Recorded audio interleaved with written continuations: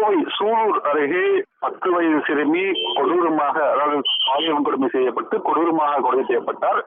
அதாவது அந்த பகுதியில் நாகப்பட்டினத்தைச் சேர்ந்த கார்த்திக் என்பவர் அந்த சிறுமிக்கு ஆசை வார்த்தை கூறி அழைத்துச் சென்று பாலியல் வன்கொடுமை செய்ததோடு, குறிப்பாக அந்த கொலை செய்து முகத்தை சிதைத்து முட்புதல் வீசி சென்றார்.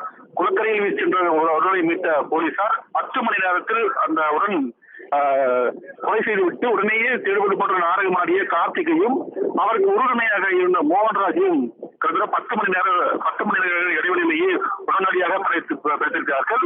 குறிப்பாக அந்த கார்த்திக், கைது செய்யப்பட்டிருக்கக்கூடிய கார்த்திக் கால் முறிவு, போலீசாரிடம் தப்பிக்க முயன்ற போது கை மற்றும் கால் முறிவு ஏற்பட்டு தற்போது கோவை அரசு மருத்துவமனையில் சிகிச்சை பெற்று வருகிறார்.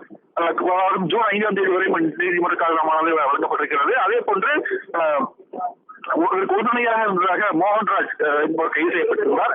மோகன்ராஜுக்கும் தற்போது இன்று வரை காவல் வழங்கப்பட்டிருக்கிறது. இன்று மீண்டும் மோகன்ராஜுக்கு நீதிமன்றத்தில் ஆஜர்படுத்தப்படுவார் என எதிர்பார்க்கப்பட்ட சூழ்நிலையில் அவருக்கு குண்டு சட்டமானது பிறப்பிக்கப்பட்டிருக்கிறது. கோவை மேற்கு மண்டல துறை தலைவர் ஐஜி ரம்யா பாரதி உத்தரவு, அதாவது பரிந்துரையின் பேரில் கோவை மாவட்ட ஆட்சியர் இந்த உத்தரவினை பிறப்பித்திருக்கிறார். தற்போது அந்த உத்தரவின் பேரில் தற்போது இருவருக்கும் குண்ட சட்டமானது பிறப்பிக்கப்பட்டு அதனுடைய நகலானது இருவருக்கும் ஒப்படைக்கப்பட்டிருக்கிறது.